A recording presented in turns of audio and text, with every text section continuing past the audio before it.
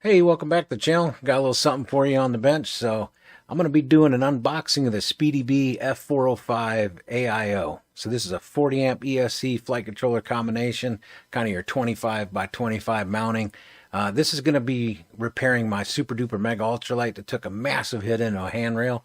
So I'm going to go through in this video an unboxing of this, but also I'm not going to go through all the details of it. I'm not going to go through every little thing about it because the manual in this thing is really good. There's a lot of information. What I would like to do is go through some of the accessories it comes with. For 55 bucks, I thought, wow, that's quite a bit of stuff, right? So I'm going to fix my super duper with it. I'm going to probably do a video on the repair itself later. But in this video, I just kind of want to go through some of the components, some of the things they give you, how to use that component, why it's there, what it's for, whatever the case may be, and then how I'm going to use it in the super duper. So that's pretty much what this video is going to be about. So stay tuned.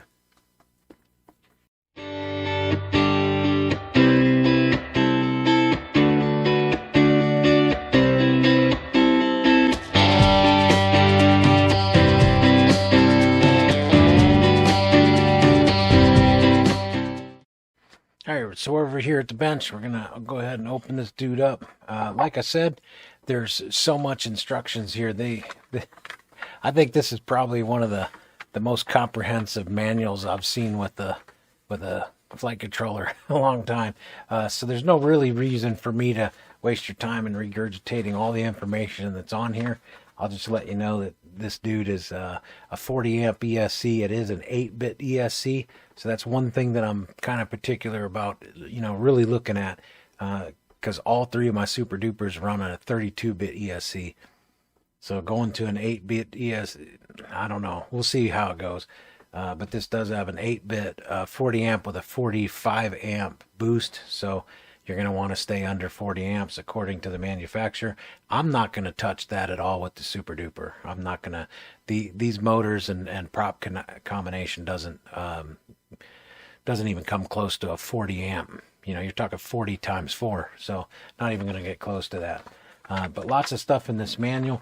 I thought what was interesting about this kit is that you get quite a bit of stuff in this kit. So you're going to get a solder test board. So this is testing out your solder skills. Now, as you know, in my channel down below, you know that I did a video on how to solder, how to flow solder properly across your pads. That's a great video if you're not real familiar with soldering or you're looking to pick up some extra pointers. I have many years soldering on everything from industrial equipment to medical equipment, so on and so forth. So we'll take a closer look at the all-in-one under the microscope here. I'm just going to kind of go through a couple of things about it that I've seen here. But as far as like the super duper goes and other AIOs out there, so this is the Mamba F740 all-in-one, and they discontinued it. Conveniently enough, it's discontinued. I can't get a hold of it anymore. So I got the SpeedyBee to replace it.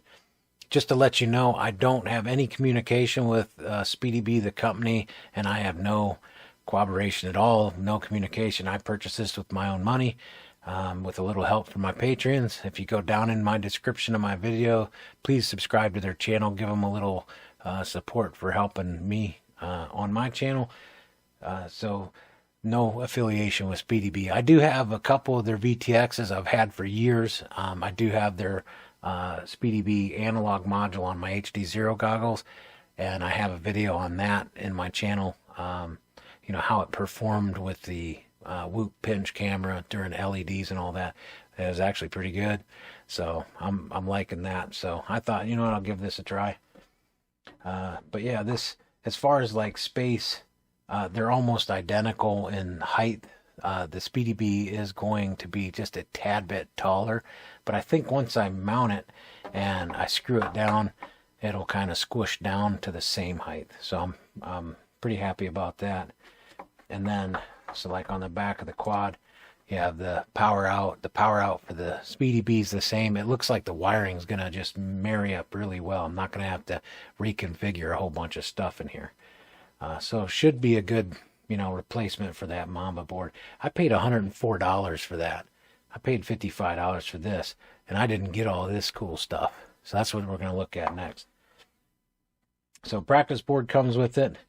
USB-C extension, pretty cool. I'm going to put this under the microscope, but this is great because you can attach this to the flight controller via the wire harness that they supply. I'll show you that too.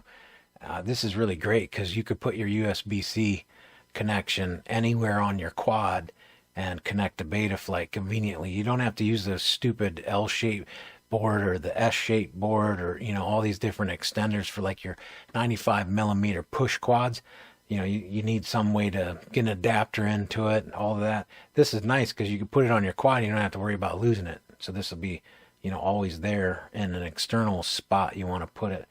Maybe if you're running this flight controller in a build that has like an enclosure, things of that nature. I won't be using it in the SpeedyBee, I won't be using it in the Super Duper Mega Ultralight here because this dude is to be as light as possible.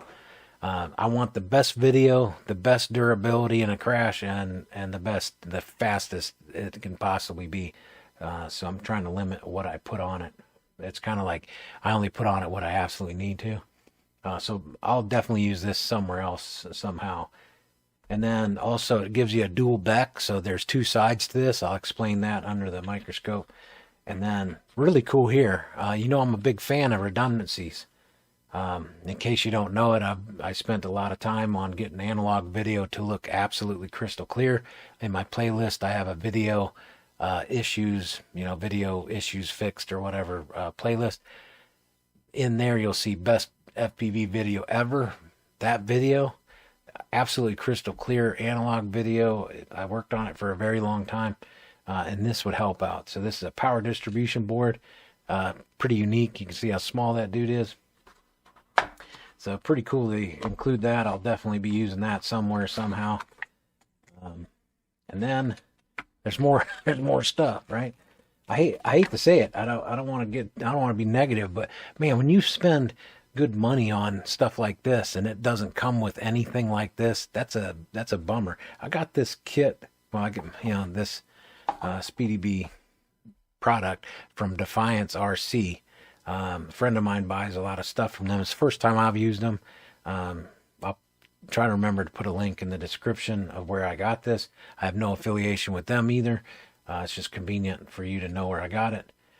And it comes with some O-ring spacers, so if you want to make the stack a little taller, which I normally do so I can get my battery strap underneath, so I can kind of bump that up a little bit with some spacers. Obviously you can use these in other places. And then there's extra grommets in case you rip one, I guess, or if you need to use a little extra spacing for height. They have two different lengths of screws. It comes with little, looks like to be nylon nuts. I like to use locking nuts on it, but I wasn't able to. That's one thing that bothered me about the Mamba board. The heat sink was so close to the mounting point. The nuts had to be very small to fit in between the heat sink and the motor, the mounting points. I think that might have contributed to that snapping loose because any little movement in there would have put a lot of pressure on those, the edge of the heat sink. It looks like they give you a bit more space on this, except for right here. We'll look a little bit more on that microscope wise. They give you an XT30 pigtail. As you can see here, I have my pigtail and my capacitor together.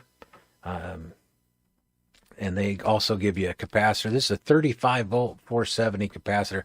In my channel below, there's a capacitance video if you're curious to wonder about capacitors and my opinion about how they're used. But this is a 470 35 volt. Now this boasts 3 to 6S. I would recommend doing either 330 or a 470 50 volt capacitor if you're going to run 6S on this. Just to get the extra voltage. As I said, I explained that in my capacitance video. They give you some wire harnesses here, so there's some solderless action happening with this little dude right here. There's a harness so that you can go from your 04 air unit or any air unit for that matter You can solder to the board and use this little solderless beck. So that's kind of cool.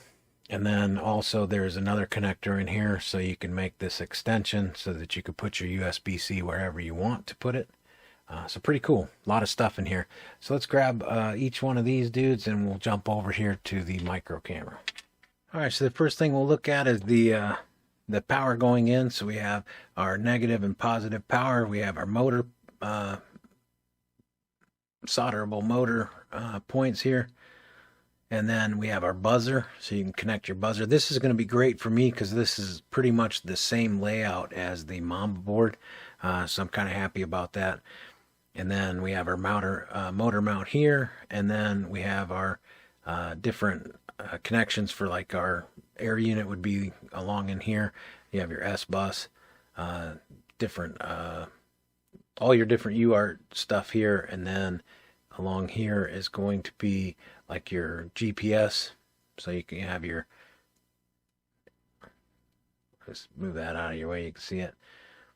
And then also you have your LEDs on the end. It looks like there's 3 pads on 2 corners. So you have your signal, ground, and 5-volt. Or actually this is signal, ground, and your battery voltage. So it looks like it's going to have whatever you plug in. Oops. So it'll have 3 different pads for your LEDs. So you have your battery, voltage, signal, and ground. So keep in mind when you're using like a 5-volt LED, they do supply a BEC for that. I'll show you that here in a second. But this is battery voltage coming out for your LEDs. And then also we have our VTX. So if you're running analog stuff, or you're wanting to run, different video systems, you have your motor and your antenna. So this has the built-in wireless communication between the SpeedyBee app and the flight controller. So that's kind of nice. On the other side, we have our solderless connection. This is for your air unit. So if you want to go ahead and plug in here, they also give you a BEC for this. So right now this would be battery voltage, but if you wanted to, you could run it through a BEC, a little filtration. You have the option for other HD systems to run 5-volt or 9-volt. So I'll show you that BEC here in a second, but that's what I'm talking about when I show that BEC. And then there's a wireless connection for it. And then of course all the pads on the other side are about the same. And then we have, this is your extension for your USB. And then 3 to 6S, it runs the 8-bit ESC using BlueJ firmware. So that way you can use bidirectional D-shot, RPM limiting, all that kind of stuff. So kind of neat. This has kind of become a standard gyro. And of course the processor, the F405. I'm kind of, I would say I'm optimistic, because the F405 processor seems to do a very good job in spikes, and it does a better job. It's not quite as sensitive to power spikes and up and down kind of stuff, which is great for the Super Duper, because I do run a smaller 4S pack on it. So it's not as susceptible to that. So I'm kind of optimistic to see what the 405 does. 405's it's been around a while. So here's our USB extender. Okay, USB Type C. So here's the solderable connection that you'll make. So you can solder it directly, or you can solder on the harness and plug it in. So there's a plug you can plug in, and that way you could remove it also. I would say you'd build your quad, and if you're going to bury this USB connection, you might as well use this permanently on the quad somewhere that's convenient, so you don't have to carry around that stupid adapter. But this is really neat to be able to use this, something like that, so you can put this wherever you want it to go. Let me get that out of here. And then obviously they have you doing a lot of soldering, so they give you a practice board. Now, like I said, down in my channel, I have a how to flow solder. I really did try to put everything into that video. I could try to explain it the best I could, and some of the things that I used to make those shiny, mounds of solder, all that kind of jazz. So here's a little practice board. On the other side, it's kind of neat because there you can get out your hot air station and give it a roll. And then if you're just focused on the USB-C connector, they have some dummy pads here for that practice as well. Kind of cool. And then they give you a power distribution board. This is kind of neat. Don't see this too often, but I'm a fan of redundant grounds because I don't believe that the FPV parts are grounded well enough. I have lots of information about that when it comes to video noise, video issues, all that kind of thing. So it's nice to have something like this because even if you only use one of these or maybe two of these voltage lines, so you can put your battery voltage in or you can put your BEC voltage in to this board and then power distribution out to all the different places you need it. Or if you want to use this as a redundancy, you can put like one of your voltages to like your camera voltage or whatever, and then you can run all the grounds. So you don't have to stack the wires. You're not like having to solder 3 wires onto one small pad. So that's kind of cool. I won't be using this in the Super Duper, but I'm sure I'll be using it somewhere. And then the last thing they have here is for your DJI. All right, so we have the next one up is our BEC. So this little accessory they give us is a solderless BEC. So if you have your air unit and you're wanting to connect your BEC, you want to run something other than LiPo voltage. So you don't want to run 6S to your component or whatever. You have the opportunity here.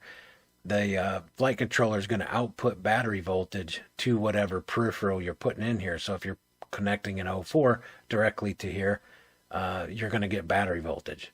You're going to get ground. You're going to get your UART3, your ground, and your S bus for your DJI controller. So that's all here. But if you want to, it's really cool. They give you a BEC to run this through solderlessly. So you have your S bus ground, UART3 ground, and your battery voltage. And then output will be defaulted at 5 volts unless you bridge some solder across here, and then it will output 9 volts. So pretty cool. I'll definitely be using this for like something else. I won't be using it for my Super Duper though. Got to keep it light and fast, right? And then on the other side, let me see if I can get a better picture of the LEDs. It's kind of tough because the LED pads are underneath this grommet here. Yeah, the pads are a little better on this side. So you have ground, signal, and battery. So you'll feed battery voltage to your BEC.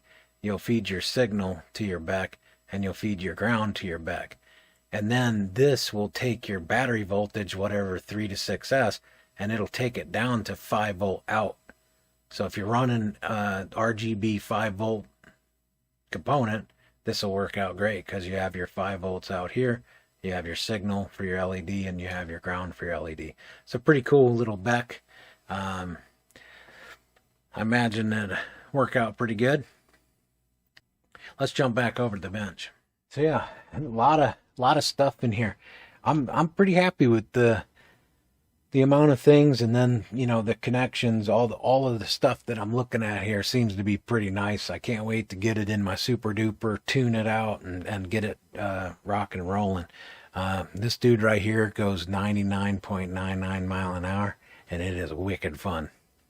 But yeah, be looking for that video. Definitely, if you have any comments, let me know. Or questions about anything you're seeing here, I'll try to answer it best I can. Like I said, I might do a live stream repairing this, and just kind of like a hangout, so you guys could ask them questions that way too. So, but do me a big favor and subscribe to my channel and give me a thumbs up if this video was helpful for you. If you hated it, man, you give it a thumbs down. It all works. Enjoy the breeze.